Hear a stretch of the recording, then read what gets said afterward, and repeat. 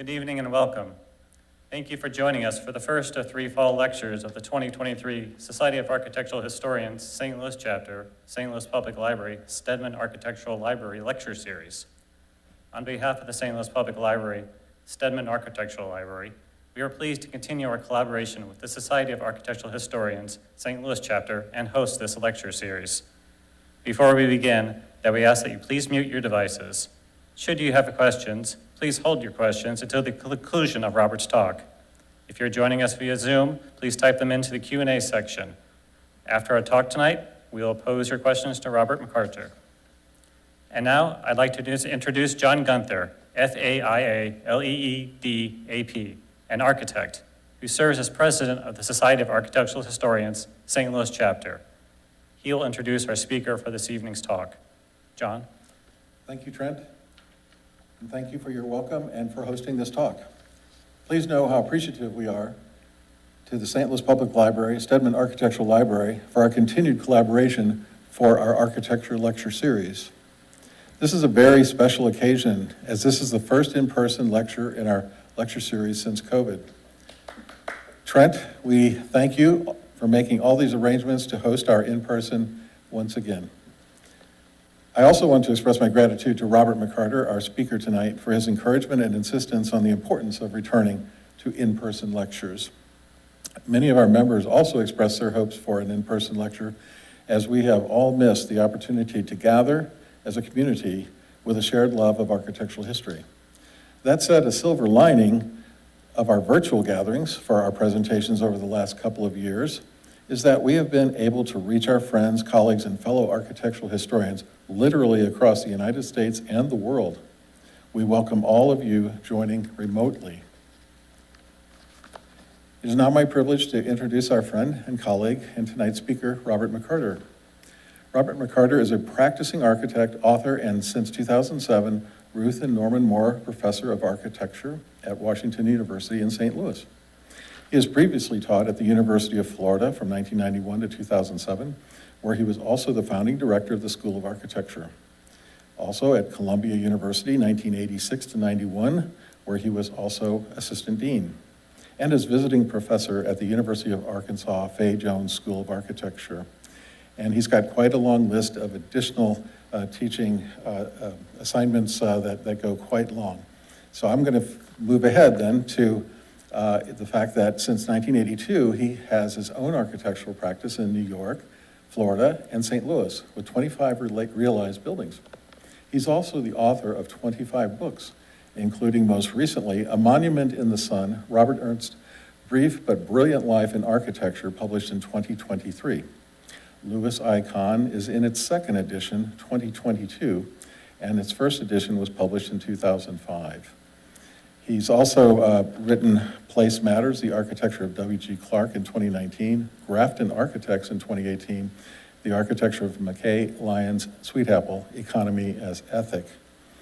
And he also wrote Understanding Architecture, a primer on architecture as experience in 2012 with Ioanni Paulusma and Frank Lloyd Wright in 1997. Those are but a few of his many, many books. Among his many awards, McCarter was one of 71 international exhibitors selected for Free Space, the 2018 Venice Biennale of Architecture, and he was named one of the 10 best architecture teachers in the U.S. by Architect Magazine in December 2009. Tonight, Robert will talk about Louis I. Kahn, the Eternal and the Circumstantial.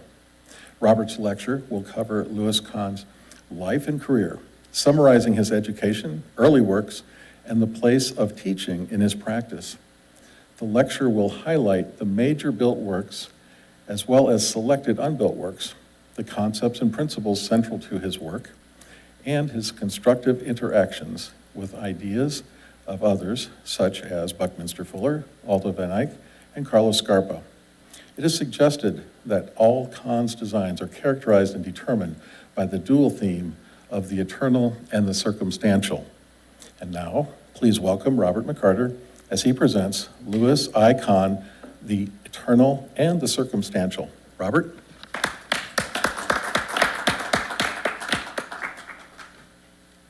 Thank you, John. And And thank you to the library and also to the society for the invitation, and thank you for agreeing with my insistence that it be in person. I have great worries about how addicted we all became to Zoom and other things during the time when we had to use it. And the fact architecture can't exist or coexist, I would argue, in the long run with things like Zoom and watching everything on the screen, and that architecture fosters the gatherings of individuals. And in this, I guess I'm paralleling Kahn, who never got a driver's license and was very deeply disturbed by the effects of automobiles on all cities, but particularly his city of Philadelphia. But that's getting a little ahead of the game. Have you got the lights down where you want them there?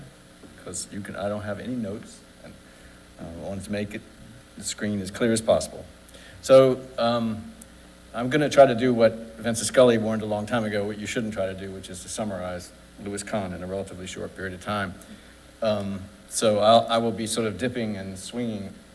What's on the screen will often be making some different points than what I'm going to make with my words. But that is part of my game. So there's generally more things to learn than just what I'm speaking about. The theme of the talk is that throughout his career, he grappled with this notion of how to bring together the eternal and the circumstantial.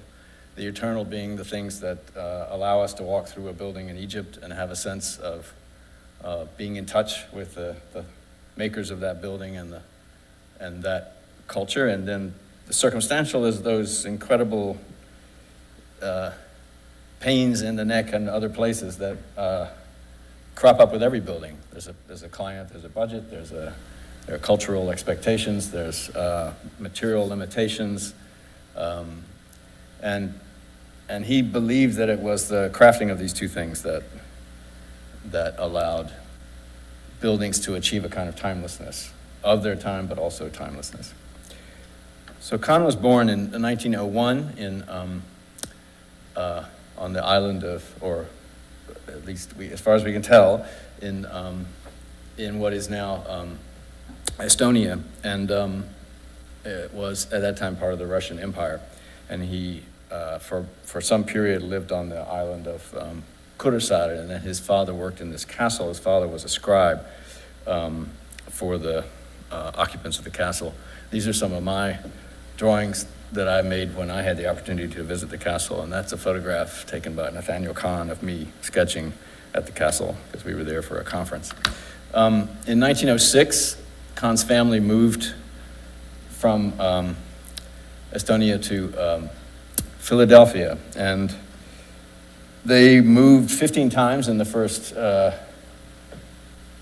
2 or 3 years, I think, having a very difficult time. His father hurt himself at a certain point, so he could no longer do even sort of simple manual labor, and they lived really off his mother's sewing. And but Kahn would always remember Philadelphia as the city that gave him the most astonishing opportunities. And later in life, he would pay homage to the city by saying a great city like Philadelphia is a place where a young child can walk around and see what they might be able to become. And so he went to high school, all public schools, and in high school, he actually received a scholarship to go to the Pennsylvania Academy of the Fine Arts, a building done by Frank Furness there, with an art scholarship. He was also a very capable pianist, and his art and his painting. In fact, he didn't think about architecture at all until senior year in his high school. He took a course that presented architecture through 4 cultures, 4 historic cultures, and he was struck by the thought in the middle of the class that architecture was a kind of art that you could walk around and be in, as opposed to just look at. And he immediately dropped the idea of the full scholarship that he had to the Pennsylvania Academy of Fine Arts and applied to the architecture school at the University of Pennsylvania.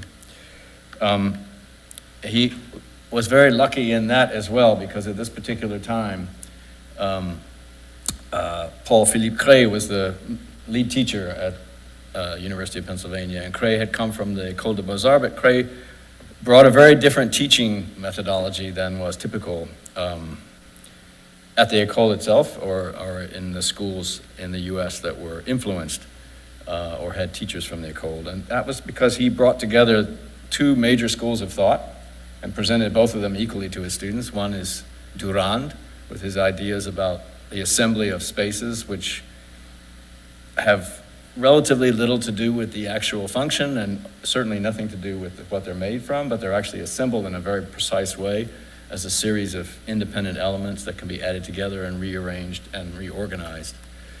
And juxtaposed to that is the teaching of Viollet-le-Duc, who, on the right, who actually had exactly the opposite idea. He believed that buildings were actually fundamentally affected by the material, and if a new material emerged, then it was architects had some responsibility to grapple with that material and to bring it forward. And so Cray, again, these at the École, these would have been two choices you had.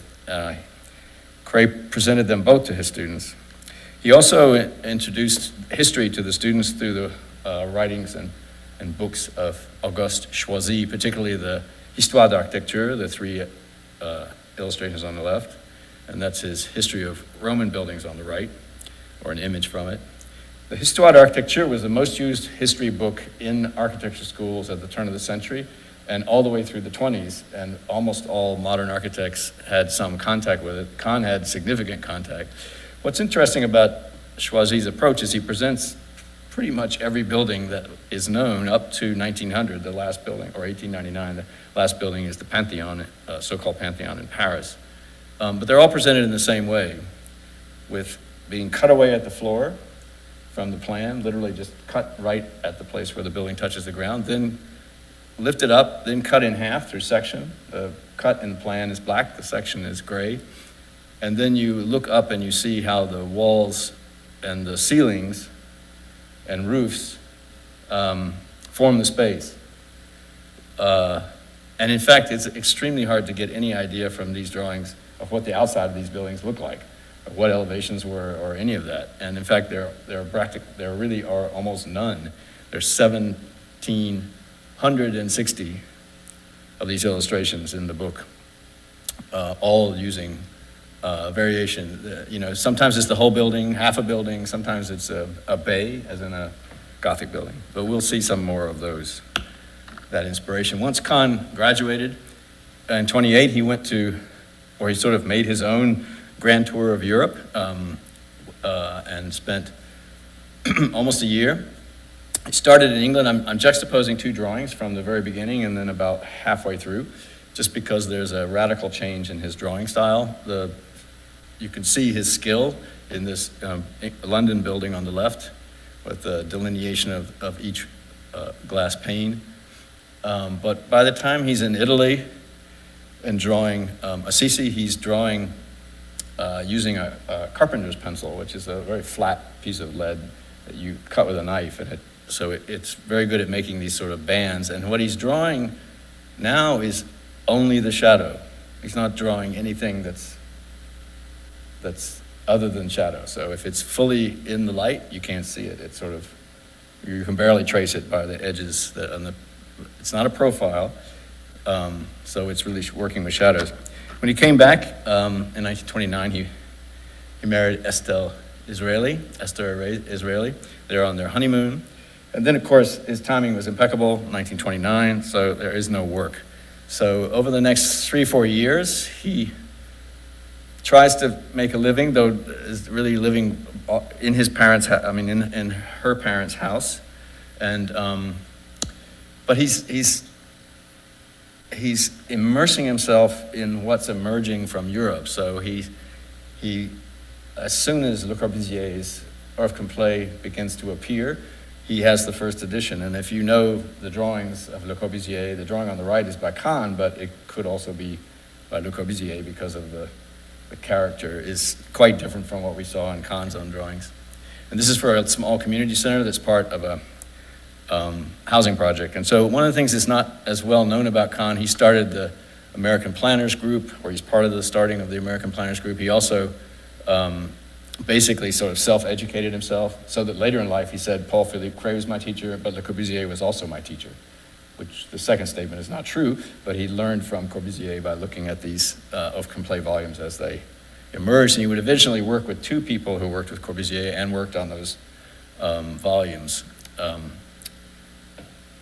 So during this time when he's supposedly not doing anything, and people think that Kahn is not emerging until the 1950s, he built over 2,500 housing units as part of the New Deal.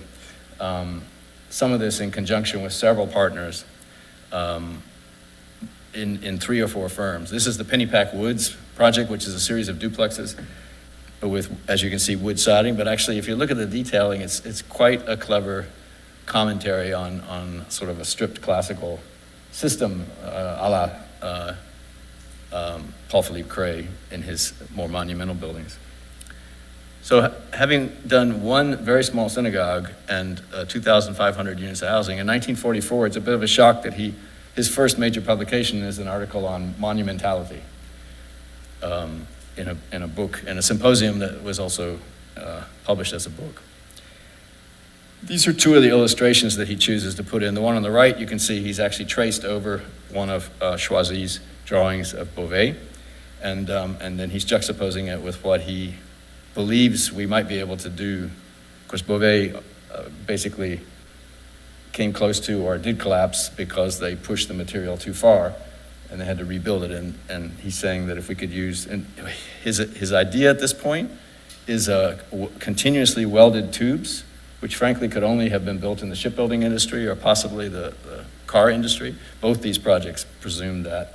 So he's still thinking steel, but not at all at the in terms of the I-beam. And in fact, he criticizes the I-beam because it's an inefficient use of material and it doesn't express the stresses. So here, these are the thickest where the moments are largest, and they become almost a point at the shear where they connect to the ground. They literally are on tiptoes. And he makes a very important statement. He says, monumentality has nothing to do with the cost of the material or even the monumentality of the building. It has to do with the craft and the thought that goes into the detailing.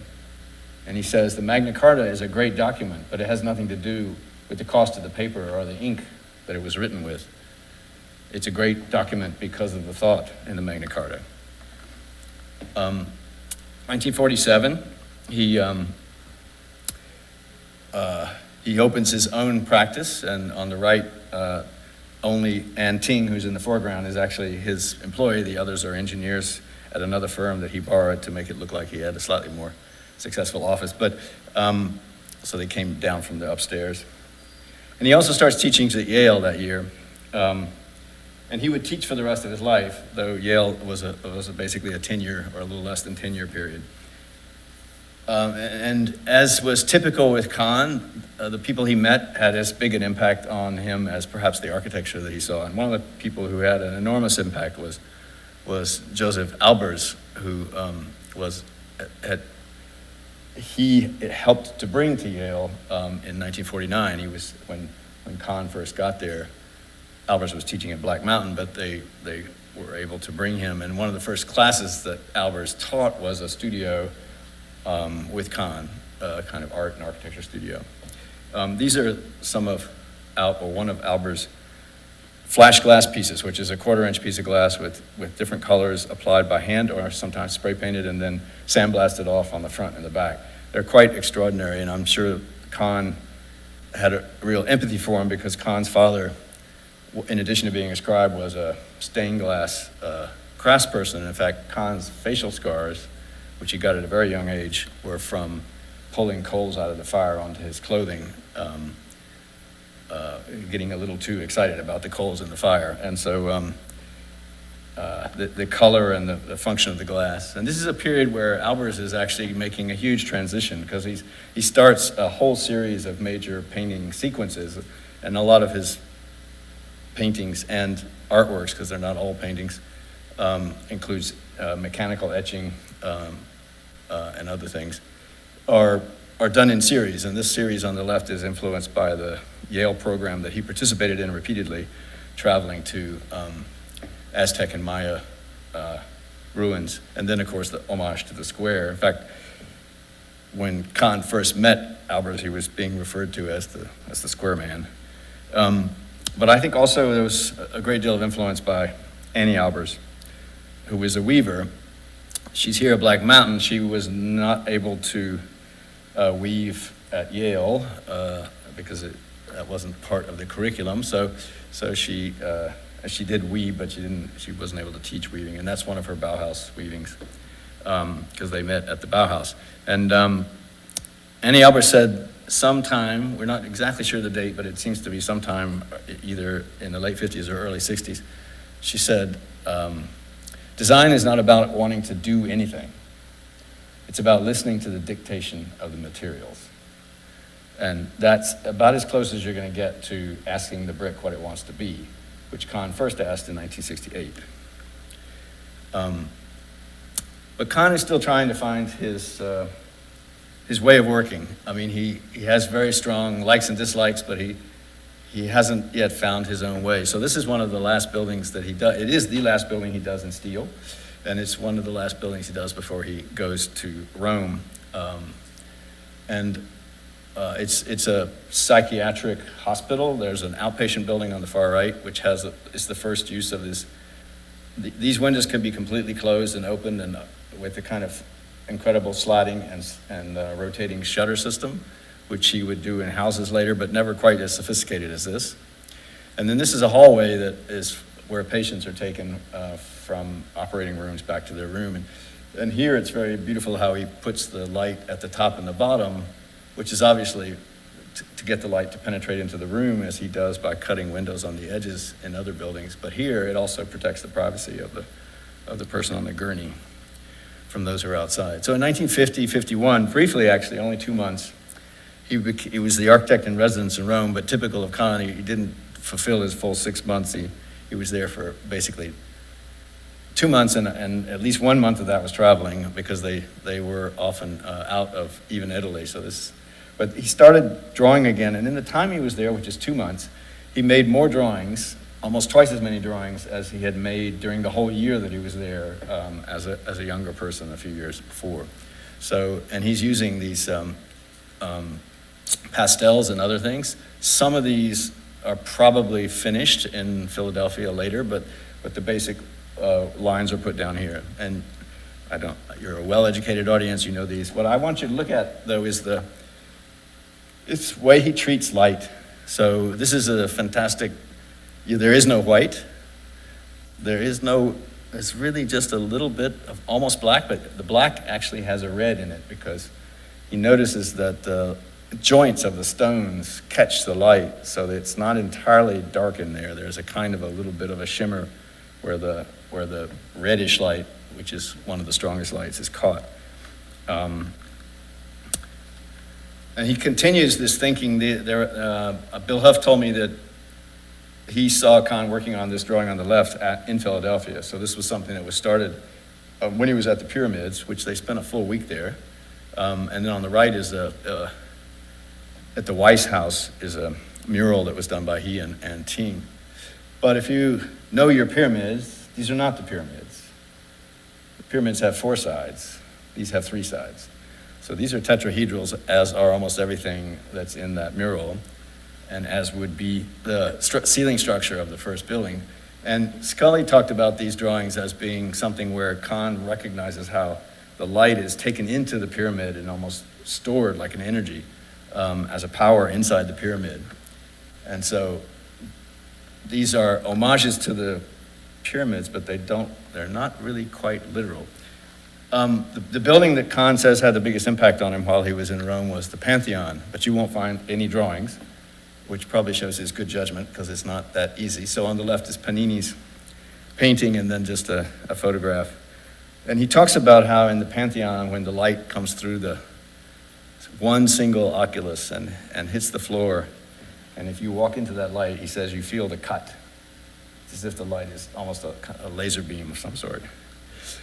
These are my drawings of another building which clearly had a big impact on him, which is Trajan's Market, with the barrel vault of the ceiling actually represented by the relieving arch on the front, quite literally, and then the sort of more traditional vaulting of the second floor. This is a 7-story market where everyone shops. This is not one of the most important, politically important buildings, but it might be very important for everyday life because we think we're very sophisticated, but Trajan's Market had fresh saltwater and fresh water pumped in so that the fish could be live when you picked them up and took them home.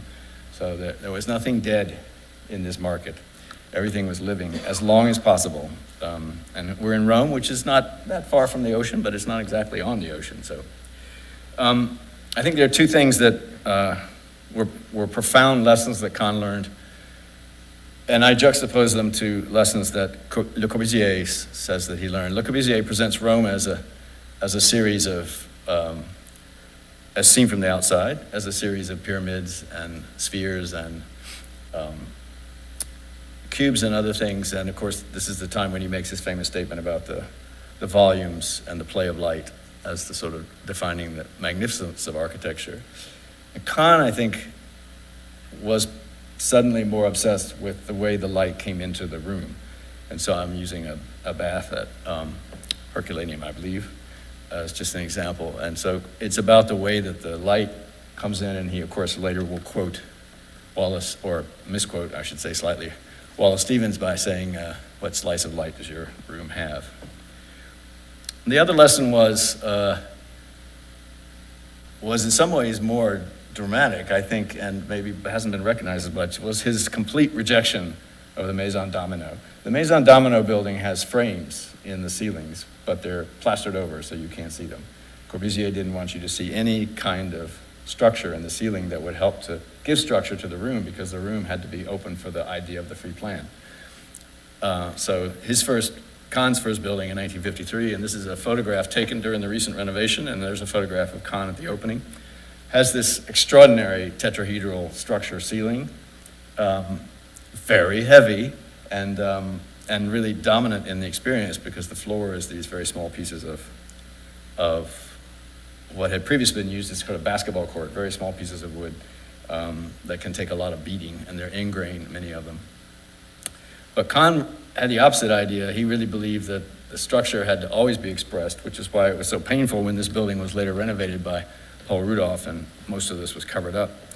And the first floor of the museum was the only floor that could be used as a art gallery. The whole building at Yale was supposed to be an art gallery, but because it was during the Korean War, steel was not allowed to be used for art buildings, and so they used it as a classroom building, allowing Kahn to teach his class on the top floor for the entire rest of the time that he was at Yale, and have students like Jim Stewart Polshek and others sitting in that studio with him. And so this is some photographs from the first floor in the 50s, and then these are photographs, particularly the left-hand one, of the renovation done by Eniad and Jim Polshek's firm a number of years ago, where they cleaned all of the plasterboard out and other things that Rudolph had brought in, and they actually did better, because this is now all floors, and they brought the pogo panels, which Kahn very carefully designed, so they don't touch the floor, they don't touch the ceiling, so the ceiling and the floor planes are allowed to continue across. And I just like the fact that the cylinder that everybody loves, this great cylinder stair, actually just completely cracks open in the basement where you go down to go to the restrooms. And you really realize it's just sitting there on these three enormous piers. So these are period photographs.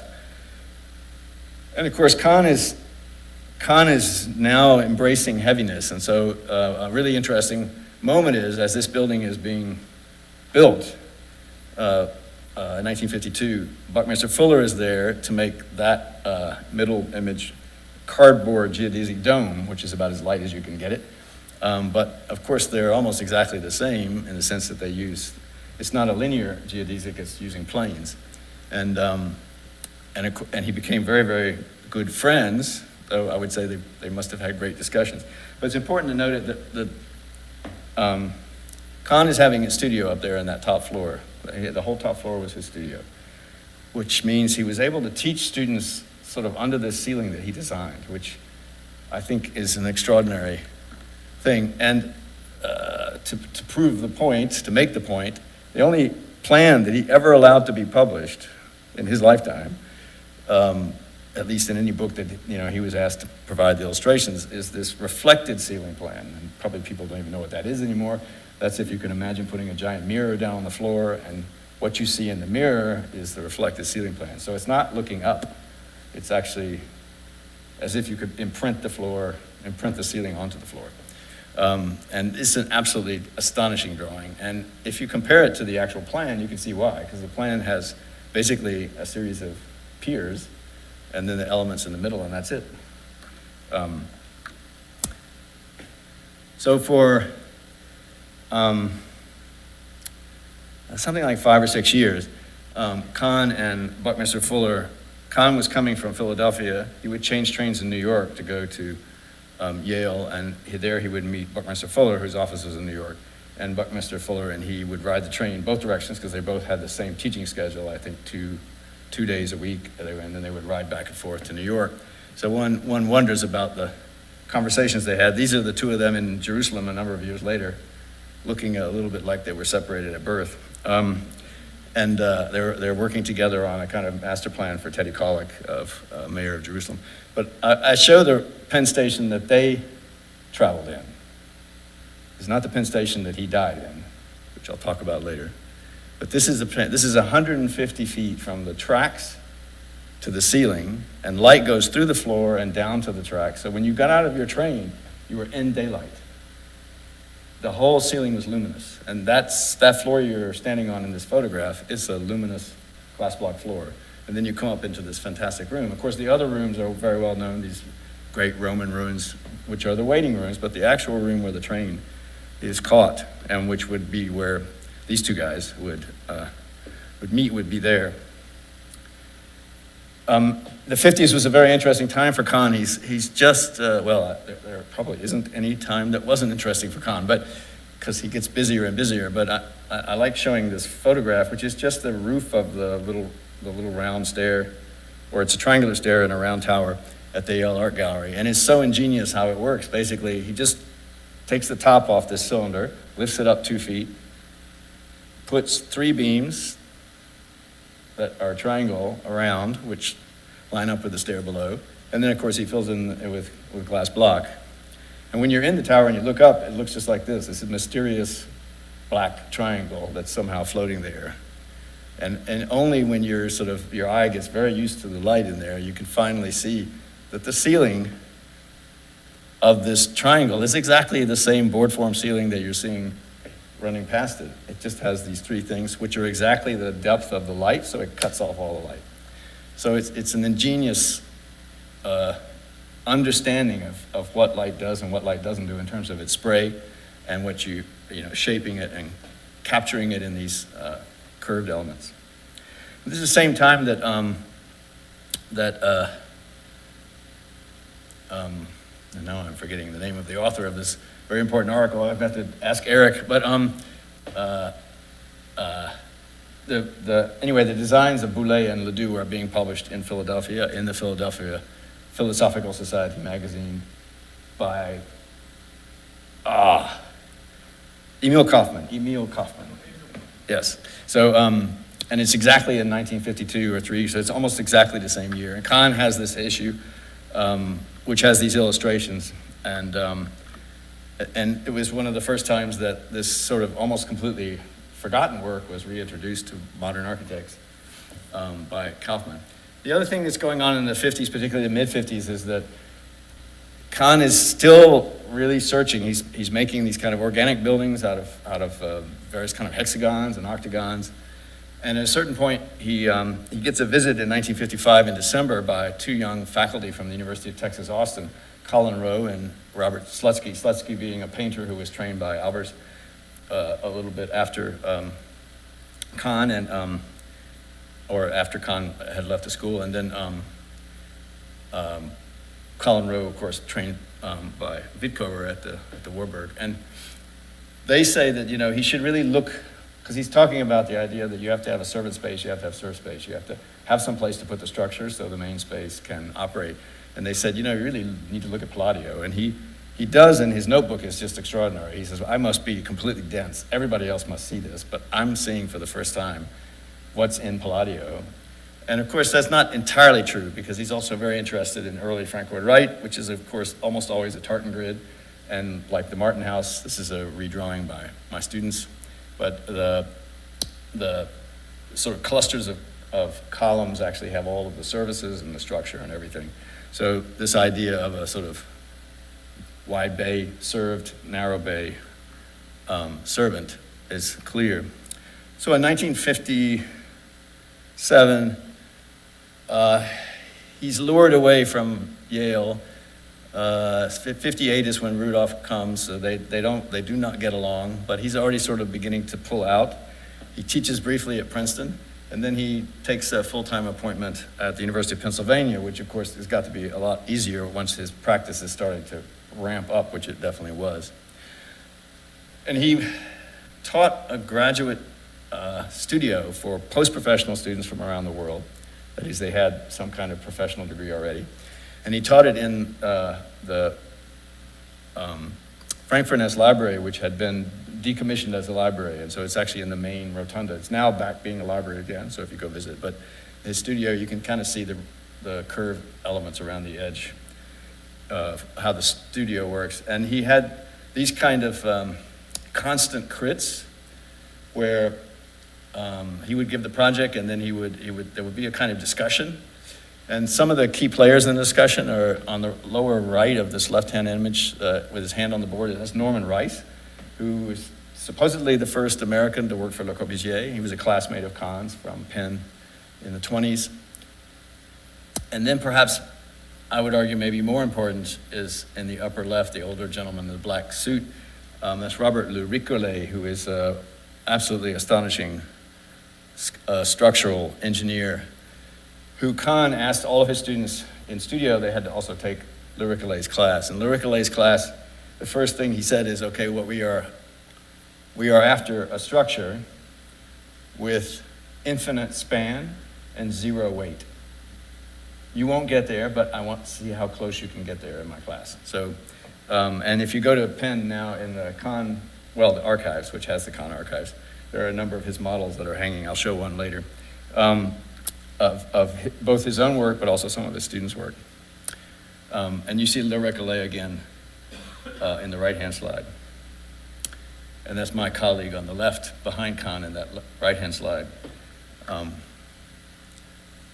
who was from Barbados and went to school there. And that was taken by another colleague from the University of Florida who was taking the photograph.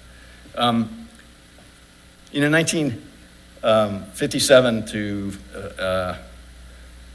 59, 60, he does the first set of the laboratory towers at Penn, which is one of the reasons that he went to Penn, was that there was, just for the reason that he returned from Rome, was to work on the Yale Art Gallery. Deans are very smart about these things. And so Perkins decided to give this guy this to get him away from Yale and get him to Penn. So this is being built when Rudolph is taking over the master class at Yale. So these are models that were made for the Museum of Modern Art show. This building actually had a one building show at the Museum of Modern Art, which is quite extraordinary, in 1966. But those are early photographs of occupation, both all the right-hand stuff and then, of course, the construction. But he says that he appreciates the sort of notice that he got doing these labs, but in his opinion, what was more important was the little bathhouse, which is the only really important part of the Trenton Jewish Community Center that was realized. So Kahn was invited by Allison and Peter Smithson. Allison Smithson is down at the bottom, to the so-called, CIM 11, which was the last CIM conference. Any more information you can check with the CIM expert here in the middle of the room. But one of the people he met there, among many, was Alle van Eyck. And Alle van Eyck had not been aware of him, and he had not been aware of Alle van Eyck. But as they talked, and then of course at the end of the conference, Van Eyck took the conferees to his orphanage, which was almost finished, wasn't quite finished. And Kahn did present. He didn't present his work so much as he presented a kind of talk, Whereas the other architects, the way that CIM at that time was organized, and even more Team 10 later, they would actually present their work. And so this is not Van Eyck's project, but he is clearly, you see the vein here?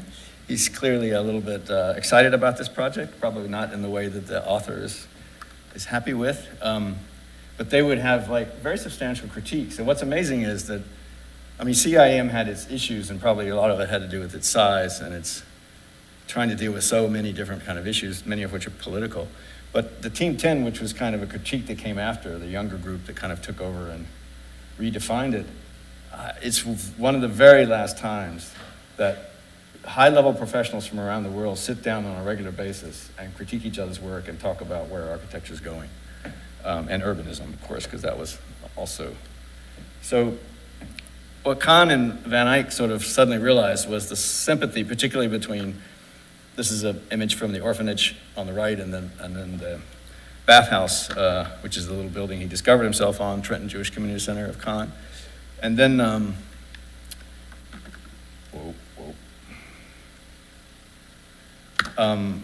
and this was a model that my University of Florida students did of the whole complex of Trenton. Only the bathhouse in the upper right, none of the landscaping, and then the meeting house, or the day camp in the upper left. Those were built, none of the main buildings were built.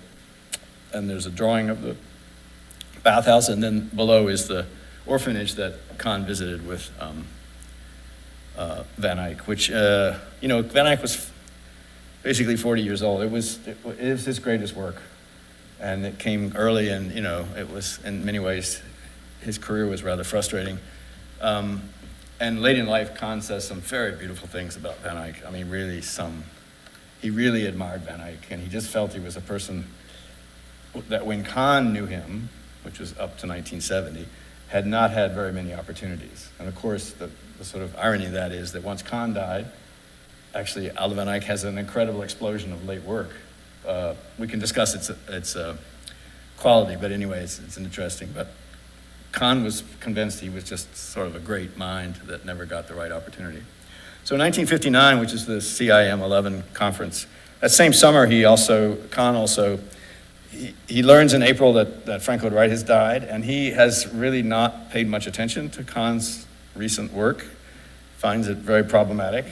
Always liked the early work, but he had some problem with. But he decides he has to go see the Johnson Wax building, and as he tells his friend Vincent Scully, he says, I was just to the bottom of my soul moved by this building. But top light, structure, as defining the space, I mean, it's hard not to like it from Kahn's perspective. And he would later tell his Penn students a couple years later, I have the transcribed notes from classes at Penn, he tells his students, if you really want to honor your client, you put them in a space like the Johnson Wax building, and they will be honored. And so the other building he went to see on the way to the CIM conference was Ronchamp. And he made some rather strange ink drawings, which is probably not the way to try to draw ink line drawings. But he tried to capture the idea of the light that leaks in through that slot, or appears to leak in, as if the roof is kind of lifting off. And he had discussed Ronchamp when it was first published in his office, and he didn't like it, just based on the plan and what he could see. But he was completely taken by it once he went to visit the building, which, of course, is a lesson to all of us, including my students. Don't make judgments till you see it.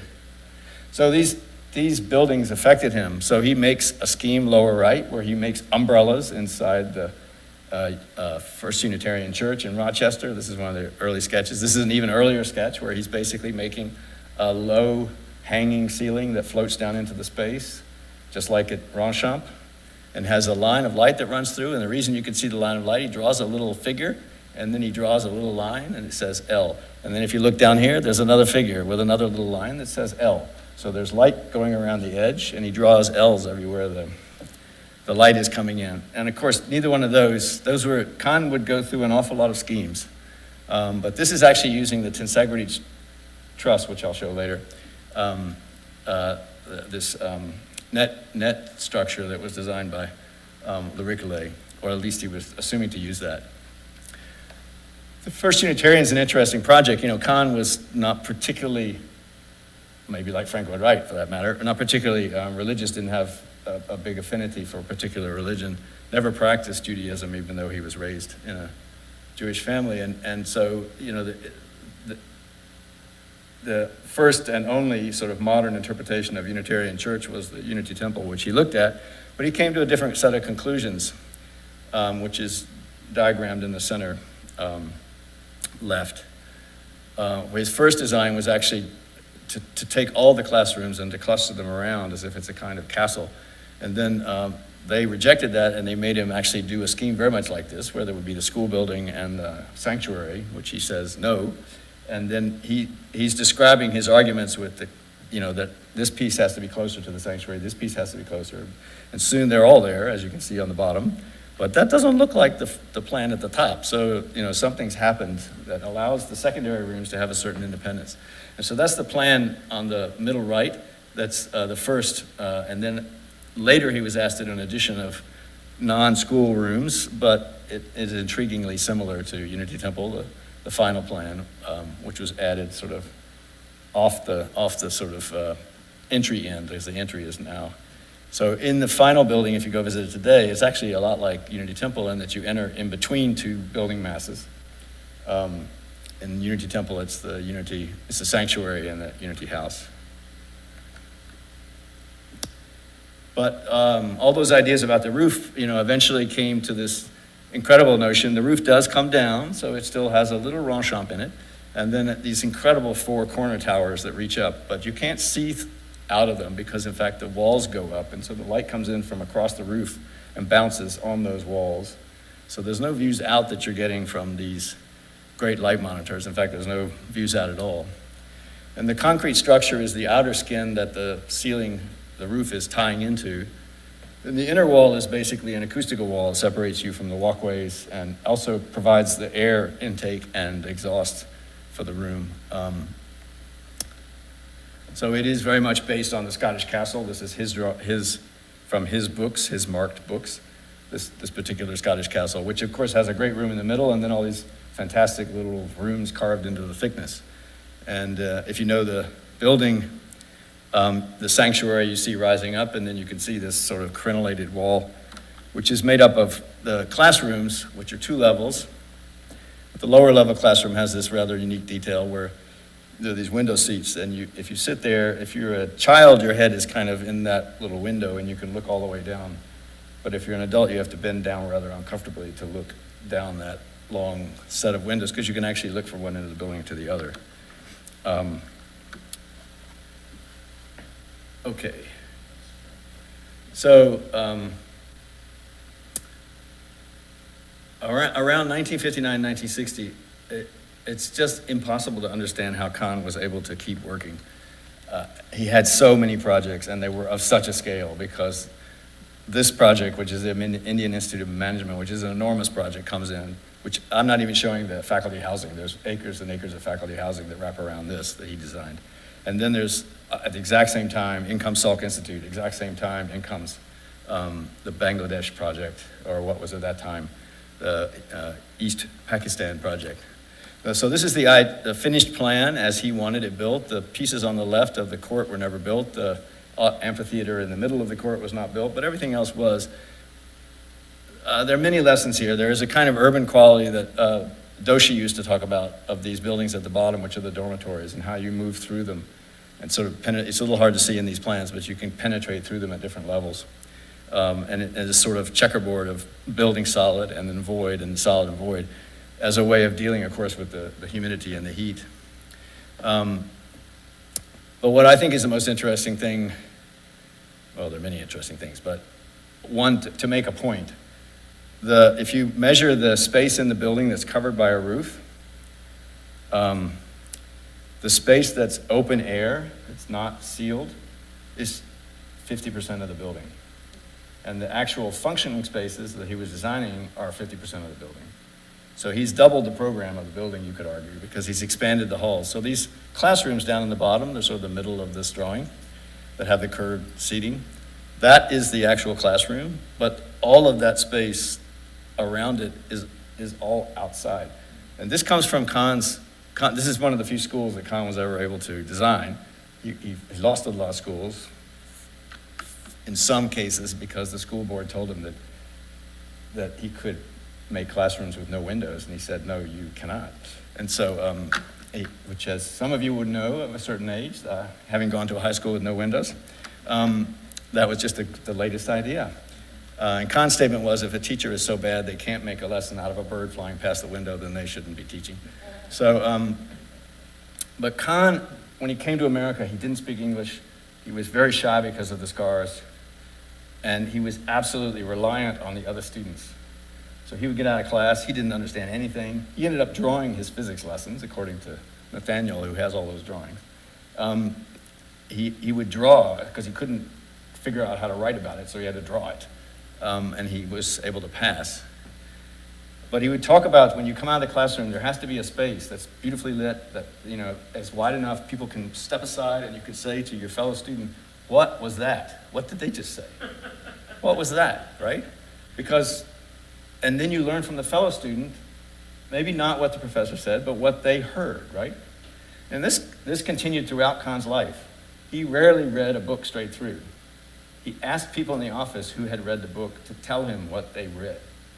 And so he learned of these books, and he would go and find things that they mentioned in the book because he would be interested in them, but he would understand the book through someone else's having read it and then talk to him about it. So it's not just something that, I mean, obviously his English became quite good, and that's not, anyway, that's a little bit too long a point on that. Typical with Kahn, I think this kind of 50% open, 50% enclosed space is one of the great things. We'll see it again in Salk Institute. But with Kahn, there's other things going on. And so this is the first time he makes what he calls a hybrid structure, where he lets the brick do what brick can do, and then he allows the concrete to come in and do the things that concrete can do. And they're happy working together because neither one of them does everything by itself. And so it's everything from the floor slabs coming out and then having these little lips on them that can then connect to the arch that allows the air to go through the little dormitory rooms. And then you see the actual relieving arches, you know, such as you probably haven't seen since ancient Rome. They're real relieving arches, but now they're actually being captured, not by buttresses, except at the bottom, but up above by these tension pieces, which are in most cases extensions of the floor slab. So there are a few cases that have specially cast ones like this, but even this you see, that one is specially cast, but the others are just the floor slab continued to capture. This is the main stair. This is one of those spaces that wasn't, so to speak, in the program. This is where the students can meet after they come out of the class, because there's classrooms on either side of this space that we're seeing. And that's one of the passages through the dormitories that Doshi talked so beautifully about when he was with us, about why it was it was a little city. I mean, it was a monastery, but it was also a little city. And Kahn, you know, felt through the work you can connect to all of history. So he's busy making these kind of full circle arches, which in his opinion probably handle stress better. You sort of get a balance of all the stress. And then he finds out that Leonardo has mentioned the idea of a circular arch as a way to relieve stresses during earthquakes. And then he finds out that the presumed, this is a Piranesi on the left, the presumed completion of the circles of these ancient Roman bridges once they did some archaeological work. It seems that this was also an idea that the Romans might have played with, though obviously Piranesi did this without actually drilling a hole down into the bottom to find.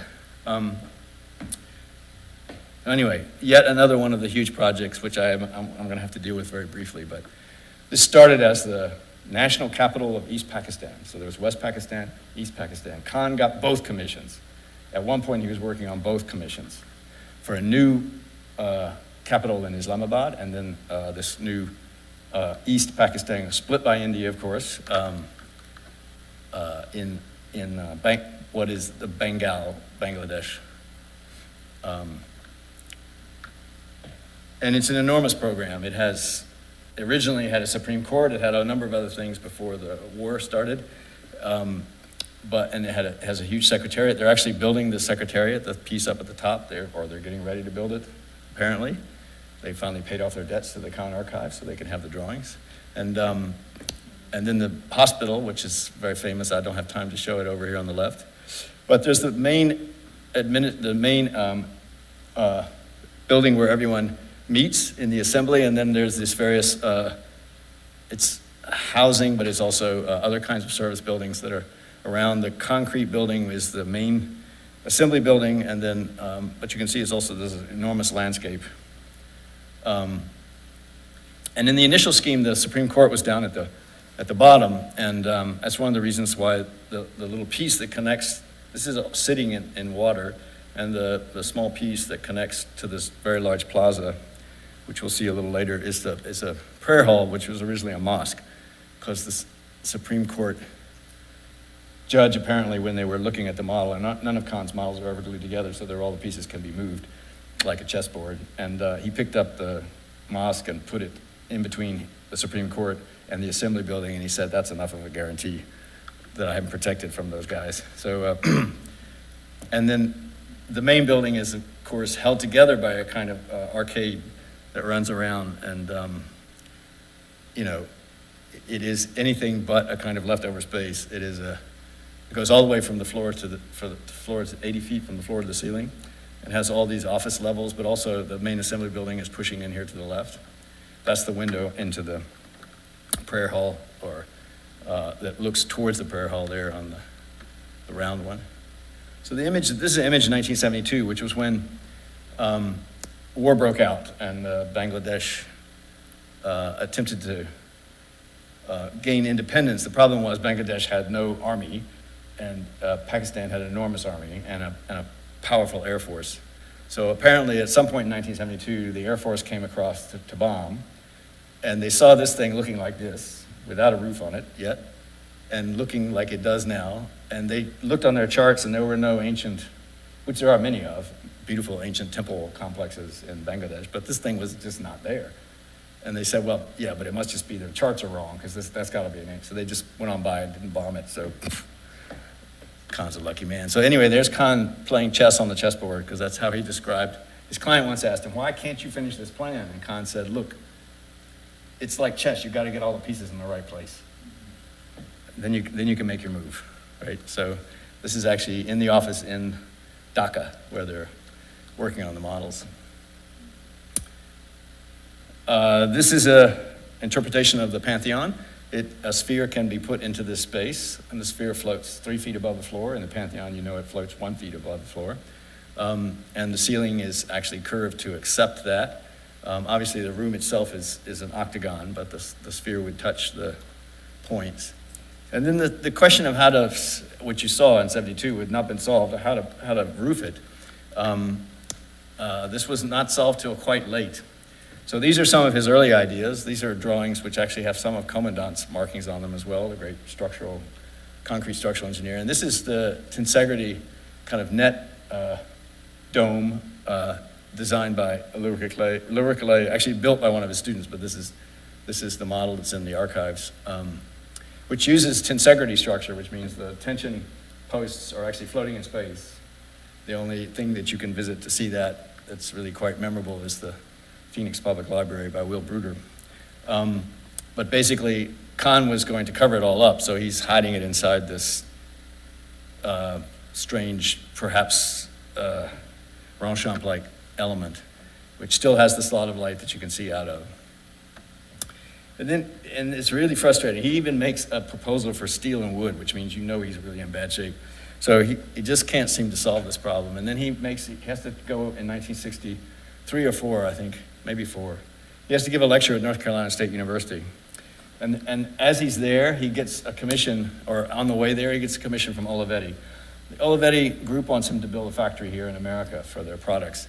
They give him a book of drawings from the Renaissance architects, and that drawing of one of the domes, which no longer exists, or did not exist. It existed in the Renaissance, but it fell down after that by Giorgio di Martini, of this sail vault. And then he also met Felix Candela at this lecture, and Candela showed him all of his thin shell work from Mexico City. Candela was teaching at North Carolina State at that time, including this restaurant canopy, and there's a church also. And so this is typical Kahn. You take the eternal and you take the circumstantial and you put them together and you get this, which is Not one, it's not the other. It is thin, but it's not a thin shell. And he's using marble in the walls as a way to cover up the joints, the tie joints, because this is quite rough construction, frankly, because this is the first concrete building in Bangladesh, and it probably should have been the last. But anyway, the construction was super rough. They had to start a concrete plant there. But he's using it to cover up the tie holes, whereas here it's basically just put into the formwork and then the concrete is cast on it, so that it actually helps to draw you can see how it draws light in from because there's no direct light that comes into this room. Well, very, very little, just little tiny slits. But for the most part, this is bounced off of several walls before it actually comes in to tamp it down. Okay, I'm going to pick up the pace a little bit. Among the other people that he met, which I'll just introduce briefly, is Sama Noguchi, was hired to do a playground in New York, in Riverside Park in New York. This is the final model, which is actually cast in bronze by Noguchi. But I want to show that what Noguchi would start by carving with carving clay, and then imprinting different textures on the clay, and that was always the first step. And then if it was good, he would move to plaster, and then if it was really good, he would cast it for the landscape pieces into a kind of bronze as a sort of almost an art piece. And there's 8 or 10 of these bronzes of this project. This is the one that they both liked the best. The final project was maybe not quite so good, but it didn't get built anyway. 6 years of hard work. But Kahn immediately starts making his site models in the office out of plasticine clay. You can date it exactly to 1961, 62. So that's the capital of West Pakistan project that also didn't go forward. This is Kahn in his office on Walnut Street. He's looking at you. He has a window on the right and a window behind him. And if you were to turn around, if you're the photographer and you turn around, you would be face to face with a full-scale print of the Campus Martius, this imaginary reconstruction of the Campus Martius, which was maybe not quite this big, but it's about 2/3 this size. It was actually literally less than 8 feet from where he's sitting at the desk, maybe even 6 feet, I'm not sure. But, this is a kind of, a lot of people don't know that when Noli did his measured drawings for the great Noli map, Piranesi was at the other end of the tape on a number of them. And so Piranesi was actually quite aware, and every single thing that he and Noli had found that was Roman is in here. You have to look hard, it's in there. But then he just kind of filled in the rest. To be continued, right? And so every single monument can be located, sometimes with a little bit of effort, because he's woven it into his own, but then everything else is, and the scale of some of these things is just absolutely extraordinary. But that kind of geometric sort of interlocking is very much in evidence in particularly the meeting house of the Salk Institute. So this is an early drawing, and sort of almost towards the end model, actually. But what's interesting about the drawing is he shows the meeting house as being closest to the view, and the labs are just way back in the back, and then the residences are just barely discernible. So what's really important is this meeting house, because the commission was basically, I need 150,000 square feet of lab space, and I want a building where I can bring Picasso to meet my scientists. That's a pretty good commission. And for Kahn, that was exactly the kind of commission that he wanted. But he did try to do towers at first, by the way, so the labs were not always so clear in his mind. But this building was clear from the beginning. And, there are a number of people who claim this building was supposed to have a roof over the courtyard. I just want you to look at that drawing, please, and this model, please. And but this is of the two lab scheme. That drawing probably has the 4 labs. So, which there's a long story of why it had to go through that. But the meeting room is what Kahn worked on almost nonstop. He was still not finding, he actually tried towers originally like at Penn, he tried to put towers there, but then there was a height limit that they discovered. You wouldn't know it now because University of San Diego basically has built towers right same place, but you would walk so you came away from here, you took your meals here, there was a library here, the guests could come, there were lectures that could be given. This was the place where Picasso would come and meet the scientists, but not in the labs because that's not appropriate. And Salk was a big believer in something that Arthur Koestler talks about in The Act of Creation, which is that breakthroughs in the sciences and the arts did not come when you talk to people who were talking about the same thing that you're talking about. It's when you try to explain your lab work to Pablo Picasso and he comes back at you, then you might learn something new. You might sort of see the world from a different perspective. And that's very much what this was. And it's a huge loss, in my opinion, to the Salk Institute as an institution that it is really just labs. And they have made some additions, but they do not create this kind of a place. And this is the first place where Kahn decides to wrap ruins around buildings. So there's a lot of breakthroughs that happen on this building. And the first lab project. So that this idea that the rooms are just glass boxes. They're like little Miesian, well, maybe circular Mies is an interesting idea, but there's cylindrical glass buildings and square glass buildings that are then wrapped in the other figure as a shading device. And these are Kent Larson's great reconstructions of these in his book, Unbuilt Masterworks, or some of them. But at the time this was being done, it was a 4-lab scheme, 2 floors, 4 labs, 1 floor, obviously all service, and 1 floor served. And this is the model that was built. And this is the first use of this folded plate. He did also propose it for the Trenton Jewish Community Center main building at one point. But these would be prefabricated and brought in, or precast and brought in, and then all the sort of in and out is happening in these folds, but then you can see the upward fold is actually part of the space of the lab. And the top floor has light coming in, so we will see that again. These are my drawings after Commandant's drawings, which are some of the most beautiful drawings in the whole archives of this first scheme, which is across the top.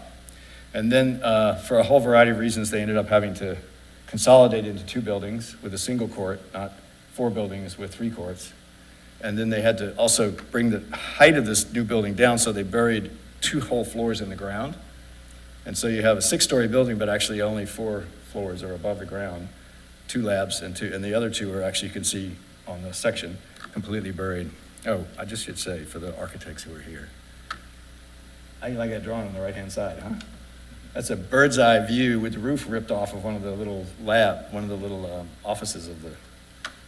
You don't see that kind of work in drawing in every set, I have to say. There were some 1,000 drawings for this project, but and some of them were actually like that, quite inventive. So as a result of the 2 labs, of course, there was what Kahn thought was the garden. Every single drawing he made had a garden in it. The models all have gardens in them. And in fact, it was built, the watercourse was there from the beginning, despite what you may have heard. It was in every single drawing that I found all the way back to the beginning. Even in the 4-lab scheme, it had 2 watercourses. But they built the labs, they built the watercourse, but they didn't have anything else. And that's when because Kahn had visited Barragan's house in Mexico City, they invited Barragan to come, and he makes his famous statement that they shouldn't plant a blade of grass, that should be a facade to the sky, which they both felt was very correct. And that's what we have, what we get today. I'm having to go through this really quickly so it's interesting to juxtapose the oak and the blackboard, as he calls it, for the offices, with the stainless steel and the glass, which is his famous bent form stainless steel frames, which means the glass does not touch the bottom, and it's very difficult to tell how these things are held up because he's folding it in and out to let you see the space inside the structure. Doesn't want to hide it. He doesn't like extrusions and that sort of thing. So these are 2 shots of the working, and this is the chalkboard and the oak with the infinitely adjustable windows, but you see the slot of light that is always coming in at the edge. Even if you close all the windows, you get this slight that just cuts the oak away from it's teak outside, but it's oak inside, away from the concrete. And it also gives you a real clear image of the quality of the concrete. And of course, Kahn did things with concrete there's a whole lecture right there. But this is the last drawing that Kahn did of this courtyard. This is his drawing. So, and then he and Salk, of course, were taken with what Barragan said. And then Salk reminded him that the first thing that he had asked him to visit was the courtyard in Assisi, which is one of the few monastic courtyards that's actually stone floored. And so that's not a particularly good image, but Kahn had actually already been there several times, and he knew this reference. And it has the well in the middle, but it doesn't have anything growing in it. And if you ever have a chance to be there on either of the equinoxes, I strongly encourage you to do it. And if they try to throw you out, you just stay, you hide somewhere, which is what I did with my students last time I was there. Because when the sun sets exactly on that line, it's just absolutely stunning. And you also realize that at least originally, we could see that happening, and behind us we could see across the continent of the United States. We can no longer do the latter because a really brilliant architect decided to put a building right there on that central axis. Another long story. Many of Kahn's buildings have suffered. This idea that the rooms could have some independence begins to penetrate a number of his projects. So this house is broken into two pieces, a kind of public double height spaces versus the bedrooms, and it actually just sort of crashes into each other at the corner. And there's the famous corner window seat that, I believe it's in Nathaniel's film, that the three siblings sit together in there. And this also went to unbuilt projects. A lot of his projects are unbuilt. Probably the most important, arguably, could be unbuilt. This is the little Dominican mother house outside of Philadelphia, which again, the residence elements, the 2 stories of cells, is sort of still maintaining its traditional form, but he then just takes all of the public buildings, which are usually a separate wing out here, and he just sort of, well, they're not crashed, they're very carefully crashed, but they're sort of moved inside to actually take up the space of the courtyard in a quite unexpected way. It also allows the church to have exactly correct a front facing west.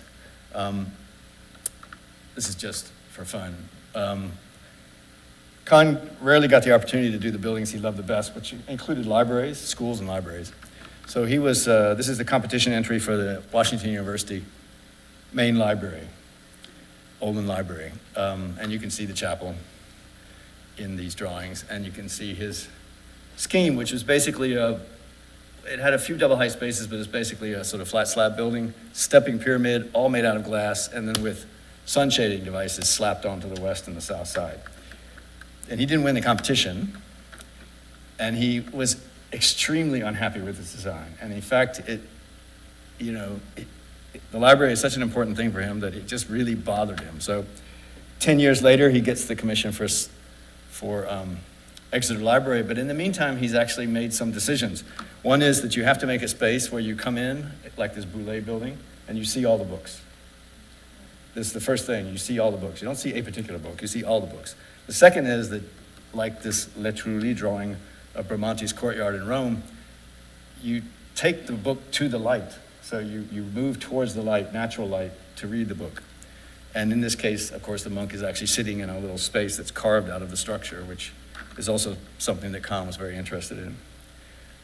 But he makes these without any commission for library. And so when this commission came to him, it was slightly miraculous because he had all the pieces in hand, and he could very quickly come to this scheme, which of course has a brick building that surrounds a concrete building where all the books are, and then there's a void building in the middle. I don't have quite time to tell all the stories of this. When you see it on campus, the front door it's like a Frank Lloyd Wright building. It's impossible to find, so you just have to dive into the arcade, and you sort of run around, and eventually you run into the door because it's not marked in any way on the facade. And it sits very much in the middle of the campus. It's an anchor building. And it's beautifully detailed. The piers diminish by 1 brick width every floor because the arches get bigger. He did that to show you that the loads are very light at the top, where the piers dance like angels, as he said, and at the bottom they grunt because they're having to work hard down there.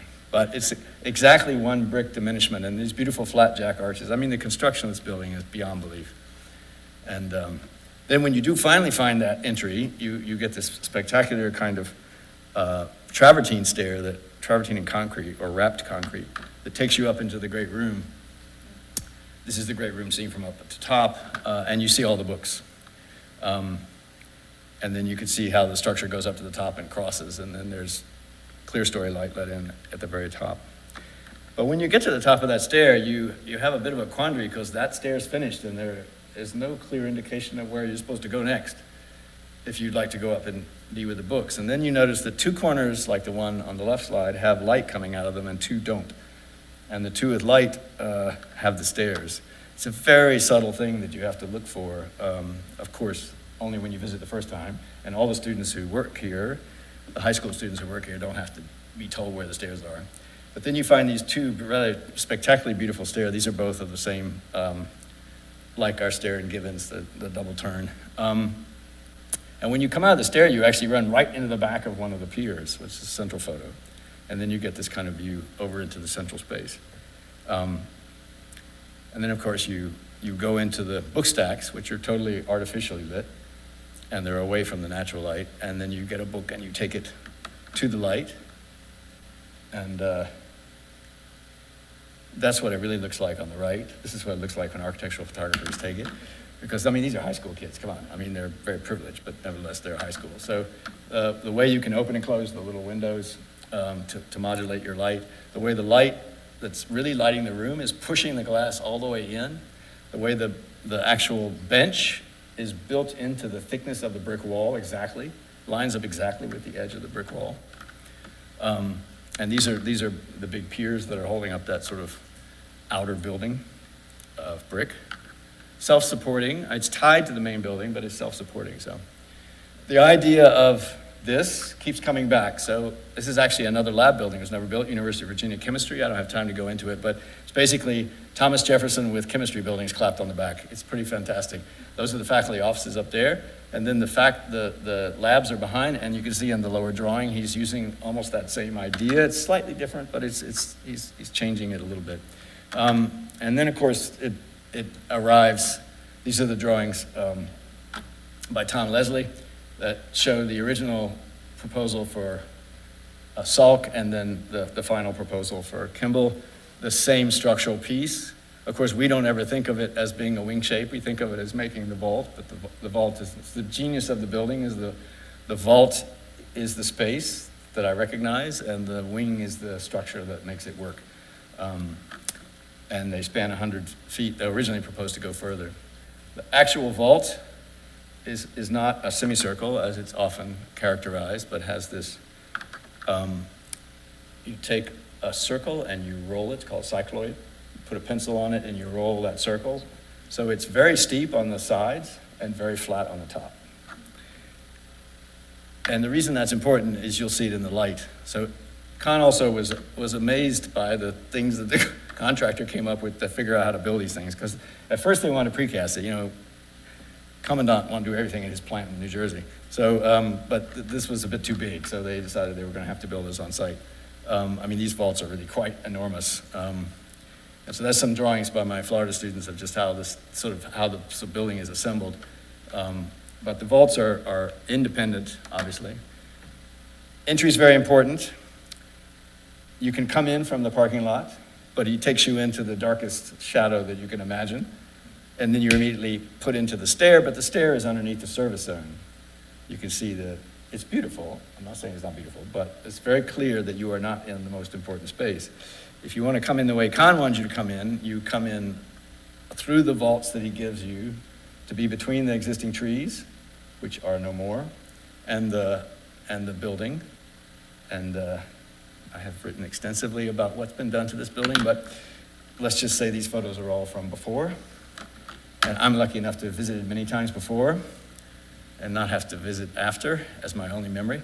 So you pass under the sound of the water, the crunch of the gravel once you get to the end, and you sort of rise up into this, Frampton describes it almost as a kind of a Greek experience of moving through sort of ancient Greek ruins.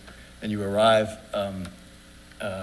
and everywhere he's showing you how it works. He's giving you sort of X-ray vision, so to speak, of the whole building. And then you come into the room that feels like this is where I should be coming in. And it's the only place in the building he gives you a view out to what he assumed would be his yampum trees and the existing elm trees that were 100 years old. Of course, what you see now is a building by another architect. So, but this is the only place there's a view out of the building. There's light coming in from everywhere, but there's no views. Even in the library at the top of the building, there's no views. So this is the famous the idea of taking the light and then bouncing it back up onto the walls. This is in the lobby, so it's actually fully perforated. But in the, I think you'll see in the main galleries, the upper part is solid so that it bounces all the light, and only at the very end is it perforated. And you can see that it's much brighter in the galleries than it actually is in the entry, because there's no light is penetrating to speak of through the perforated portions. But the light is astonishing. These are north-south, so it's constantly changing through the day.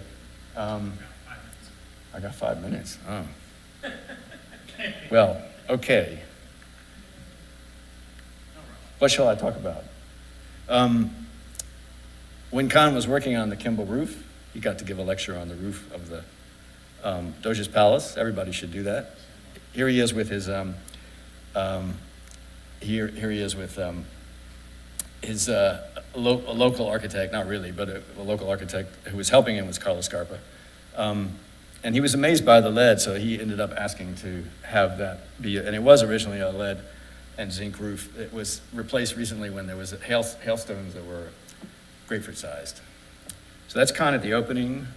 This is Kahn working in his office. You'll notice it's kind of dark. He was interviewed for the next project and when the client, which is the director of the museum, they were talking. They were not looking at anything. They were talking, and it got darker and darker and darker, and eventually it got dark. And then Kahn reached over and turned on the light, and the director of the Yale British Art Center said, why'd you do that? He said, you have to respect the light, the coming and going of the light. And he said, you're my architect. So it's an interesting building because in many ways it's completely different from almost everything except possibly an early version of the Trenton Jewish Community Center. That's the model over on the right, which has this open roof. It's a square grid, 20-foot square grid column. It has now, instead of recessed windows and shadow making, it's flush skin. The window and the skin and everything is out on the surface, which is he was first going to do in Venice for the Venice project that was never built. And then he did build it here, but it was first proposed for Venice, which is interesting to think about. And then I just want to run through this. This is the last building, was not finished. He saw Kimball finished, he saw Exeter, but he didn't see this finished. It was in construction. These are photos from before the recent renovation, and up on the right is the way the galleries were. When they did the recent renovation, they actually found a whole set of drawings of Kahn's, of perspectives of how he thought the galleries should be laid out. And they used them exactly. And the difference is that if you haven't been there, the materials, of course, are slightly better now. They've actually been very careful to restore them actually better than it was originally built. But the way in which the panels are related to the walls is what makes the whole museum feel completely different now. And this is just a series of the unbuilt projects, which for him, he had 14 great unbuilt projects. He had 14 great built projects, in my opinion. I would argue that if he only did the unbuilt work, we would still study him, because they are astonishing projects, like the Mikveh Israel in his hometown of Philadelphia, which is some strange notion of putting light shells around a Ronchamp roof. You can see the roof. These are, again, Kent Larson's reconstructions. The Great Herva Synagogue in Jerusalem, it's really to be the third great religious monument for the three great religions. There are two, but there has never been a great Jewish monument in the city. Jerusalem stone in a kind of strangely Egyptian pier, and then umbrellas. Johnson wax, the umbrellas come back again in this kind of astonishing upside down pyramid umbrellas that actually make the shadow. It's an open air, the birds fly through, rain comes in. And then the last project that he was working on is for the largest religious library in America, and it's at Berkeley. And this was his design. It was originally built, it was finally built many years after his death, using the same massing, but a very different building. And then I had to rearrange this lecture in the last few years, and I'm happy to, because this is no longer an unbuilt project. But this is some of the original drawings for the building in New York, the FDR Memorial. You see the siding, you see the United Nations across the way, and that's Little Kahn with Averell Harriman and Delano Roosevelt Jr. He's another sort of scale, actually. But these are the models, which are actually super accurate. The drawings were done. And then he died, and the whole project was put on hold. There was a little bit of work done on the island, by Jurgelis firm, just to sort of bring some earth to make the point. But then that was abandoned in the 80s. And then, of course, hopefully know the story that this thing was revived 2008 and then finished in 2012. And built almost exactly a little bit higher because of things that have happened since the hurricanes that came through. So a little more riprap than what Kahn shows. But these 6 by 6 by 12 foot solid granite blocks from North Carolina with exactly 1 inch slots between, and the 1 inch slots are polished, whereas the face is a flame finish, and you can see what it does with the sun, like laser beams cutting through. And Tom Pfeiffer, my good friend, measured every one of these damn things when it was first built. He didn't find anything off more than 1/32 of an inch, not even 1/32 of an inch. And they're enormous blocks that were lifted off a boat. Okay, so don't have time to really do this justice, but Kahn's one of the few people who tried to make drawings of things that were ideas. So he tries to draw a room as an idea, which is this, and of course it seems to have some speaking relationship to the Piranesi, but it's also got some modern things in it. And then he talks in the drawing about the things that a room does to you and why a room is the most important thing in architecture. He also tried to draw light, and in this case with some quotes from Dante running around the edges of how light is flaming in and then collapses into matter. It's a quote from Beatrice in Paradiso.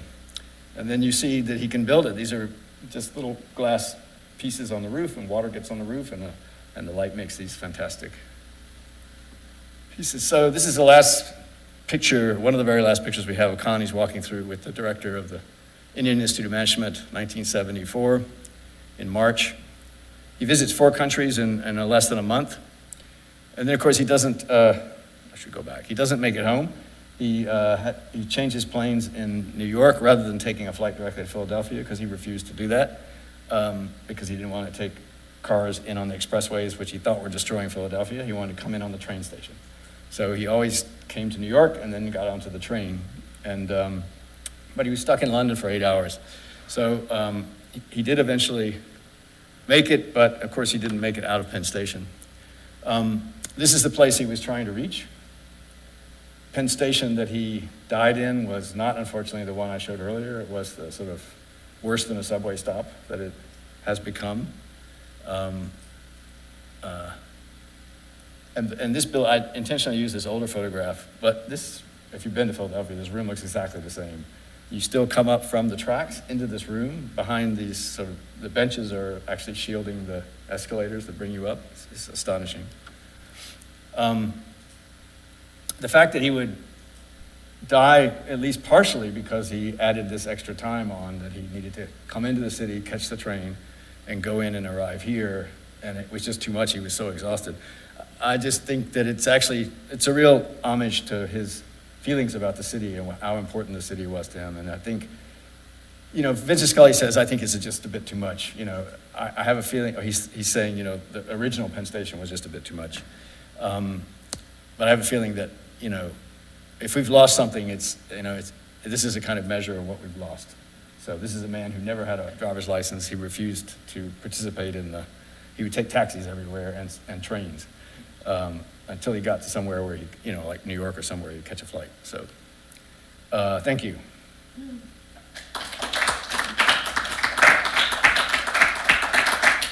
A bit rushed. So I think questions are not in order. That's all right. To finish up for the night. Sorry. Thank you, Robert. Thank you, Aaron, for attending. Thank you, Joe. John. It was a really great talk. I really enjoyed it. And hopefully you can all come back next month, October 24th, will be Meg Lucito, and then we'll have Andrew Ramus at the end of November. So thank you. Drive safe.